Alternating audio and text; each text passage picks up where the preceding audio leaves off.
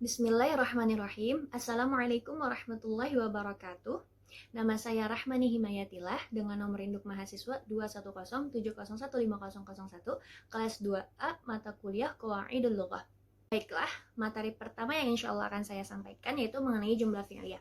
Seperti yang kita ketahui sebelumnya, fi'il itu adalah kata kerja. Itu mudah, singkat atau simpelnya yaitu kata kerja yang mana si fi'il ini digunakan untuk menjelaskan suatu pekerjaan yang dilakukan oleh seseorang atau oleh suatu subjek gitu. Nah, jumlah fi'liyah ini adalah jumlah yang tersusun dari fi'il dan fa'il. Ma tarokkaba min fi'lin wa fa'ilin. Itu pengertian dari jumlah fi'liyah. Jadi jumlah fi'liyah itu susunannya ada fi'il dan fa'il. Ini adalah jumlah fi'liyah. Nah, jadi jika suatu kalimat itu sudah tersusun atau sudah melingkupi, sudah mencakup fi'il serta fa'il, atau bisa dibilang fi'il itu kata kerja dan fa'il ini subjek atau pelaku, maka itu sudah bisa dibilang sebagai jumlah fi'liyah. Seperti itu. Nah, dan perlu kita ketahui juga kalau fi'il itu terbagi menjadi 3, yaitu ada fi'il madi, fi'il mudhari', dan fi'il amar. Ada 1, 2, 3. Nah, fi'il madi itu apa sih? Fi'il madi itu adalah kata kerja yang menunjuki zaman madi atau yang telah berlalu, telah lampau, sudah dikerjakan, seperti itu. Contohnya, ja'a Zaidun. Nah, bisa dilihat ja'a ini kedudukannya sebagai fi'il madhi, fi'il dengan zaman madi. Kemudian Zaidun di sini menjadi fa'il atau pelaku atau subjek yang melakukan kata kerja tersebut. Nah, ja'a Zaidun itu kan artinya telah datang si Zaid. Karena di sini kita menggunakan fi'il madi yang mana masa atau zamannya itu yang telah lampau, yang sudah berlalu atau yang sudah terjadi. Jadi ja'a Zaidun itu telah datang si Zaid. Siapa yang datang? Si Zaid. Maka di sini ja'a menjadi fi'il madi, kemudian Zaidun menjadi fa'il atau pelaku, subjek. Maka di sini ja'a Zaidun itu sudah bisa dibilang sebagai jumlah fi'liyah karena kalimat ini sudah tersusun dari fi'il juga fa'il, seperti itu. Kemudian fi'il mudhari'. Fi'il mudhari' itu apa? Fi'il mudhari' adalah kata kerja yang zamannya hal atau hadir atau bisa juga mustakbal, atau bisa dibilang kata kerja yang dia itu menjelaskan suatu pekerjaan yang sedang dilakukan atau sedang dikerjakan dan bisa juga yang akan dikerjakan. Contohnya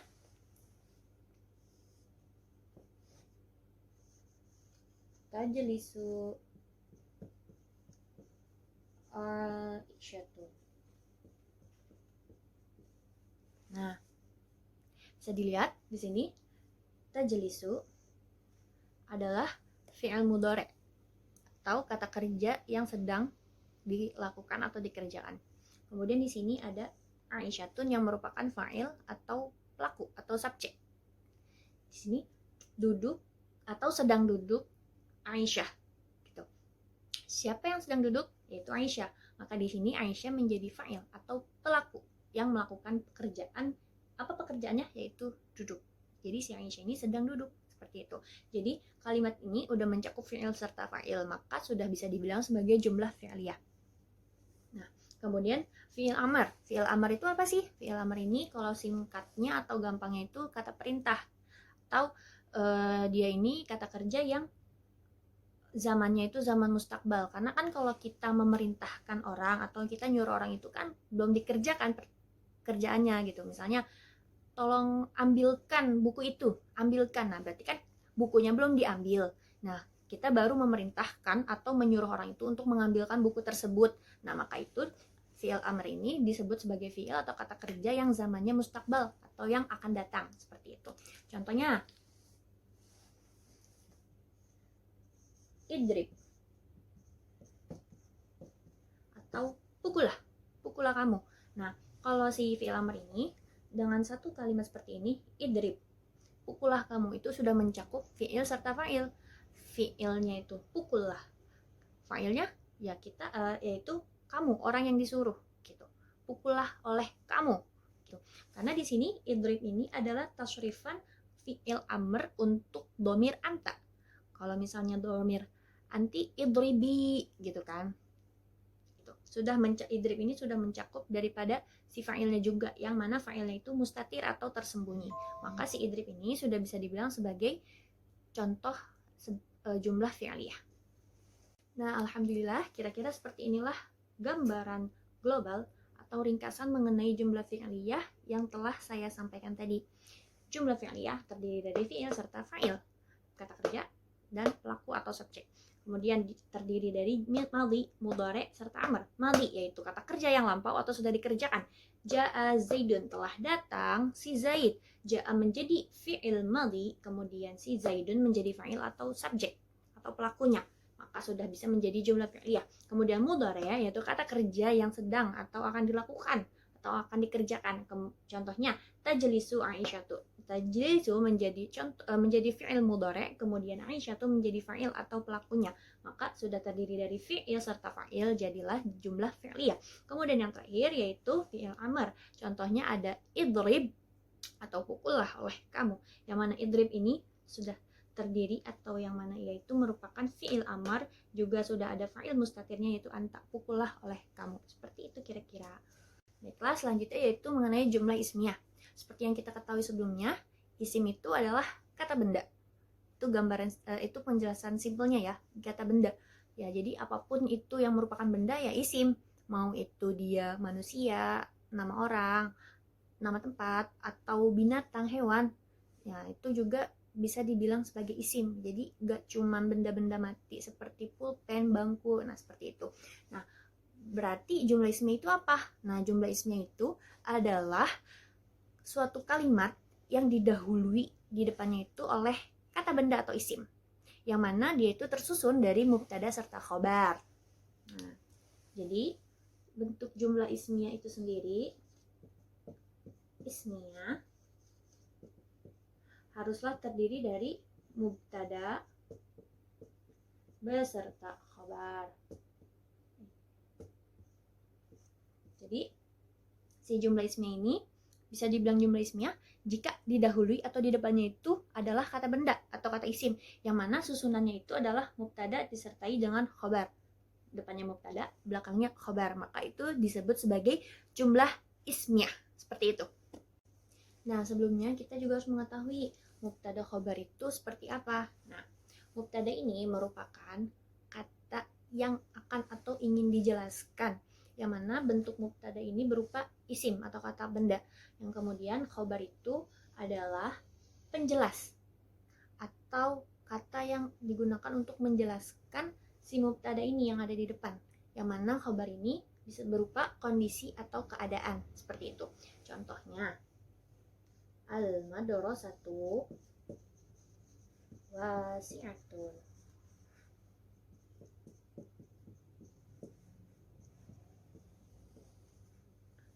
Nah, al-madrasatu wasi'atun, sekolah itu luas. Nah, al-madrasatu ini menjadi mubtada dan si wasi'atun ini menjadi khobar, yang mana al-madrasatu menjadi mubtada karena dia merupakan kata benda atau isim yang berada di awal kalimat yang ingin dijelaskan. Nah, penjelasnya yaitu adalah si khobar, wasi'atun, luas. Nah, jadi keadaan atau kondisi sekolah itu luas, seperti itu. Maka si wasi'atun menjadi khobar, susunannya mubtada khobar. Nah, ini juga karena dia sudah mencakup mubtada khobar, maka sudah bisa dibilang sebagai jumlah ismiyah, seperti itu. Nah, kemudian untuk mubtada sendiri itu juga ada bagiannya lagi, yaitu ada yang zahir dan mudmar. Zahir itu adalah mubtada yang mana dia itu menggunakan kata benda atau isim yang zahir. Zahir itu kan bisa dibilang sesuatu yang nampak atau jelas ya. Nah, jadi kalau mubtada yang menggunakan isim atau kata benda yang zahir, berarti kata benda yang digunakan di sini di dalam kalimatnya itu ditampakkan secara jelas atau nyata, disebutin al-madrasatu, al-qalamu gitu. Jadi jelas emang dia itu al-madrasatu, al-qalamu gitu, disebutin sekolah, pulpen, seperti itu. Nah, kalau yang mudmar itu dia menggunakan isim domir. Nah, sedangkan yang kita ketahui isim domir itu kan dia sebagai kata ganti ya. Jadi nggak disebutin orangnya, cuman menggunakan kata pengganti dia, kamu, kami, seperti itu. Bisa juga maka bisa juga mubtada itu menggunakan mudmar atau isim domir. Jadi dia nanti di depannya itu si isim domir ini kayak gitu. Nah, kemudian selanjutnya seperti mubtada tadi yang punya pembagian lagi menjadi dua, khobar pun punya pembagian lagi menjadi dua, yaitu ada khobar yang mufrad dan juga ada khobar yang ghairu mufrad. Nah, kalau khobar yang mufrad yaitu khobarnya berbentuk isim yang mufrad atau dia tuh cuma satu. Ya sudah, satu aja gitu. Kayak al-madrasatu wasi'atun. Nah, ini kan cuma satu ya.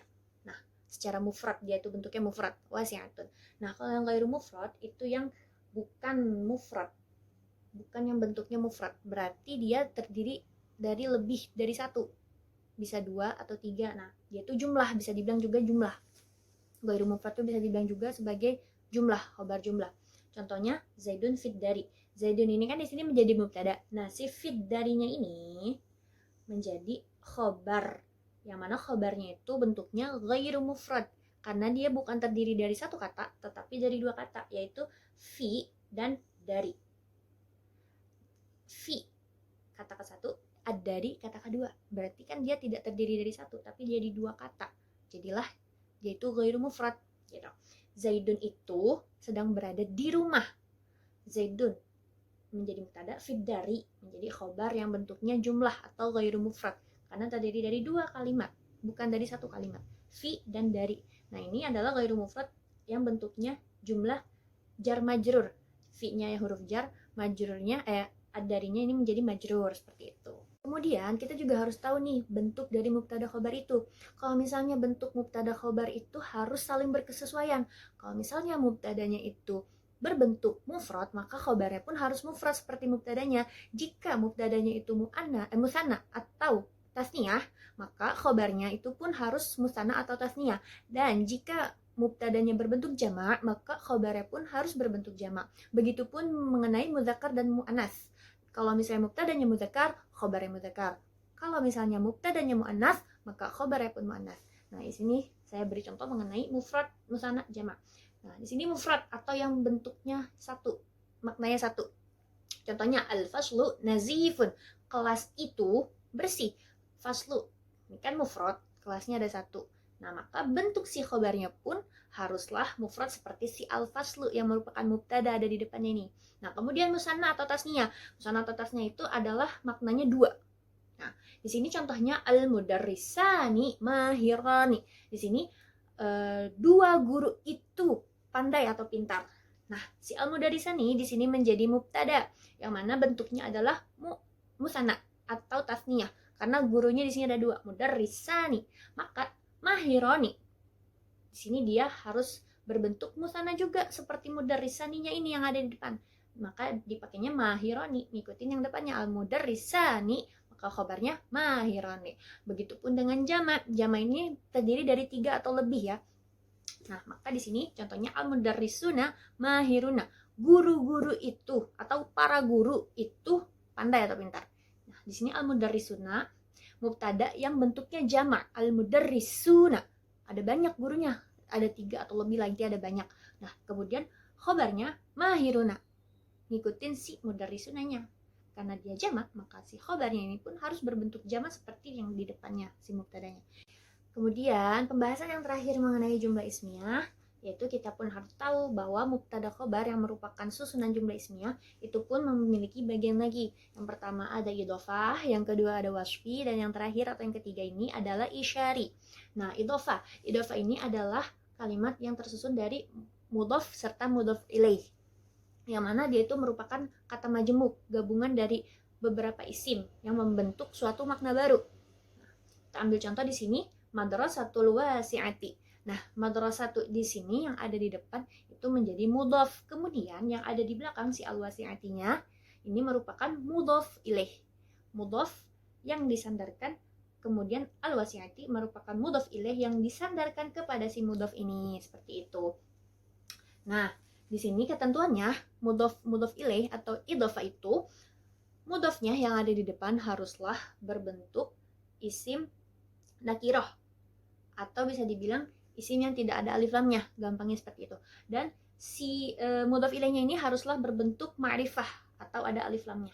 Jadi madrasatunya ini nakirah, tidak ada alif lamnya, dan si al-wasi'ati ini merupakan ma'rifah yang ada alif lamnya. Jadi madrasatul wasi'ati, bentuknya harus seperti ini. Nah, kemudian wasfi atau bisa kita maknai sebagai sifat. Jadi kata kalimat ini tersusun dari sifat mausuf, atau kata lainnya juga bisa na'at man'ud. Nah, sifat mausuf itu berarti kan menjelaskan tentang sifat dari suatu benda. Jadi si al-madrasatu ini menjadi mausuf atau benda yang disifati, benda yang kita berikan suatu sifat. Nah, si al-wasi'atunya ini menjadi sifat yang ada pada benda ini, si mausuf yang ada di depannya, al-madrasatul wasi'atu. Nah, artinya sekolah yang luas. Nah, kalau misalnya wasfi itu biasanya kita memaknainya tuh ada kata yang, sekolah yang luas, taman yang cantik, kelas yang bersih, seperti itu. Nah, bentuknya itu bisa dua, bisa dia ma'rifah, bisa nakirah gitu. Jadi kalau kita mau pakai yang ma'rifah, berarti si mausuf yang ada di depannya ma'rifah, ada alif lamnya. Nah, si sifatnya ini yang ada di kalimat kedua itu harus juga ma'rifah, ada alif lamnya. Al-madrasatul wasi'atu. Nah, tapi kalau kita mau pakai nakirah juga bisa, madrasatun wasi'atun. Madrasatunnya nakirah menggunakan tanwin, bukan alif lam. Nah, si khobarnya pun harus si sifatnya pun harus menggunakan tanwin, bukan alif lam, ngikutin si mausuf yang ada di depan. Kira-kira seperti itu. Kemudian yang terakhir adalah isyari. Isyari itu jadi bisa dibilang menunjuk gitu ya. Isyar, menunjuk sesuatu benda. Nah, jadi kalimatnya itu tersusun atau diawali dengan isim isyarah. Isim isyarah itu kan isim-isim yang digunakan untuk menunjuk suatu benda, misalnya hadza, hadihi, dzalika, tilka, seperti itu. Nah, jadi susunan khobar, mubtada khobar isyari ini depannya ada hadhihi yang merupakan isim isyarah. Hadhihi madrasatun. Ini adalah sekolah. Nah, kemudian kira-kira seperti inilah gambaran global mengenai materi jumlah ismiyah yang barusan saya sampaikan. Mubtada khobar, idhofah, wasfi. Mubtada khobar, contohnya al-madrasatu wasi'atun. Rumusnya ma'rifah plus nakirah. Mubtadanya bentuknya ma'rifah, al-madrasatu.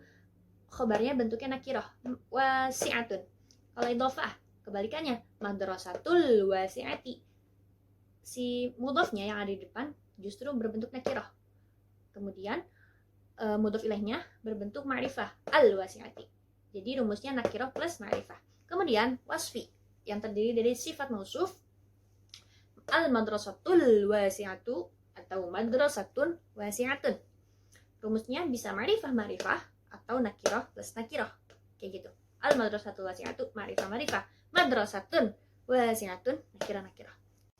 Kemudian kita akan beralih atau berlanjut ke materi terakhir, yaitu mengenai zaraf zaman, zaraf makan, atau bisa disebut juga maf'ul fih. Yang mana zaraf makan atau zaraf zaman, zaraf makan ini termasuk ke dalam mansubatil asma atau isim-isim yang dinasabkan. Maka bentuk-bentuk dari zaraf zaman dan zaraf makan itu nanti haruslah mansub atau nasab, dinasabkan.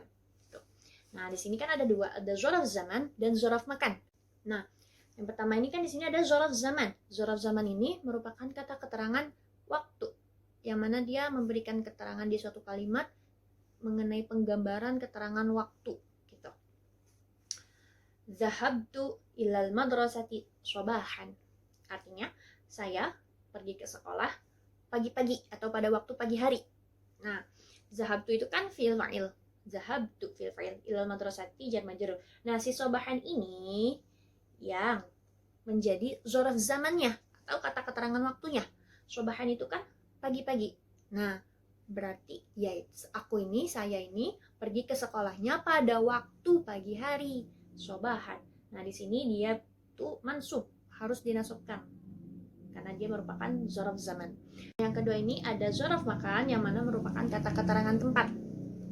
Nah, contohnya kumtu amamal masjid. Saya berdiri di depan masjid. Nah, kumtu menjadi fi'il fa'il. Amama yang menjadi si zaraf makannya ini atau kata keterangan tempat di depan. Berarti kan keterangannya itu saya berdirinya di depan nih, di depan masjid. Nah, itu kan berarti memberi keterangan dia berdirinya di mana? Di depan masjid. Keterangan tempat gitu kan. Nah, si amama ini wajiblah dia menggunakan nasab atau mansub. Amama. Makanya di sini karena dia wajib nasab atau wajib dinasobkan mansub, jadi dia menggunakan fathah amama. Nah, kemudian al-masjidi yang kata yang berada setelah si zorof makan itu haruslah kasrah atau jar. Maka amamal masjidi seperti itu. Nah, selanjutnya pembahasan terakhir mengenai zorof zaman dan zorof makan, yaitu yang mana si zorof zaman dan zorof makan ini pun ada yang namanya zorof sifat, zorof masdar, dan zorof adad. Jadi zorof sifat ini yang mana bentuk zorofnya itu menggunakan suatu kata sifat atau bisa dibilang tajri bis sifah kayak gitu. Jadi zorofnya itu menggunakan kata sifat yang mana makna si zamannya itu dimahdzuf atau dibuang. Contohnya zurtu ila baitika qashiran. Aku berkunjung ke rumahmu qashiran pada waktu yang pendek atau sebentar. Nah, qashiran di sini kan dia itu merupakan suatu sifat, kata sifat qashiran, pendek atau singkat. Nah, dia di sini kedudukannya menjadi zorof sifat yang mana makna zamannya itu mahdhuf dibuang karena asal katanya zamanan qashiran. Aku berkunjung ke rumahmu dengan pada waktu yang pendek atau waktu yang singkat. Jadi dia berkunjung ke rumahnya itu waktunya singkat atau pendek, cuma sebentar gitu berkunjung ke rumahnya. Kemudian yang zorof masdar, yang mana zorofnya itu berbentuk masdar. Masdar itu kan merupakan menjadi tasrifan juga nih dari dalam bentuk zorof. Contohnya roja itu ghuruba syamsi, aku pulang pada waktu matahari terbenam. Nah, si ghurubanya ini merupakan zorof yang bentuknya masdar. Ghuruba dari ghoroba. Ghoroba yang artinya kan terbenam. Nah, si gurubanya ini merupakan bentuk masdar dari fi'il ghoroba yang artinya terbenam. Jadi, aku pulang ketika waktu terbenam matahari. Karena asal katanya ada waktanya. Roja itu waqta ghurubi syamsi. Nah, si waktanya ini yang merupakan penunjuk waktu atau zamannya itu dimahdzuf atau dibuang. Roja'tu waqta ghurubi syamsi, jadi roja'tu ghuruba syamsi kayak gitu. Kemudian yang terakhir yaitu zorof adad atau yang menggunakan adad bilangan. Di sini sumtu salasina yauman.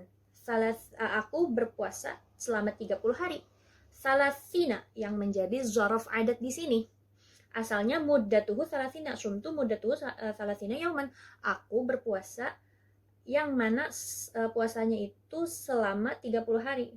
Nah, si muddatuhunya ini yang menunjuki makna selama atau waktu dan zaman itu dimahdzuf dibuang. Jadi sumtu salasina yauman, aku berpuasa 30 hari. Maksudnya aku berpuasa selama 30 hari. Nah, kemudian kira-kira ini saya beri contoh gambaran lain mengenai zorof zaman dan zorof makan. Zorof zaman, ingat ya, yaitu kata keterangan waktu. Contoh lainnya yaitu roja itu minal madrasati masaan. Saya pulang dari sekolah pada waktu sore hari, masaan. Kemudian zahabtu ilal bahri yaumal utlati. Saya pergi ke pantai pada waktu hari libur. Nah, yauma. Jadi zorof zaman. Kemudian zorof makan. La'ibtu tahta syajarati. Saya bermain di bawah pohon. Tahta menjadi zorof makan, di bawah, kata keterangan tempat, di bawah pohon. Jalastu waro azaidin. Saya duduk di belakang si Zaid. Kata keterangan tempat yang mana saya duduknya itu ada di belakangnya si Zaid. Baiklah, saya rasa cukup sekian untuk penyampaian atau penjelasan materi dari saya seputar jumlah fi'liyah, jumlah ismiyah, serta zorof zaman wa makan atau maf'ulun fi. Kurang lebihnya saya memohon maaf yang sebesar-besarnya karena sesungguhnya kesempurnaan itu hanyalah milik Allah Subhanahu wa taala.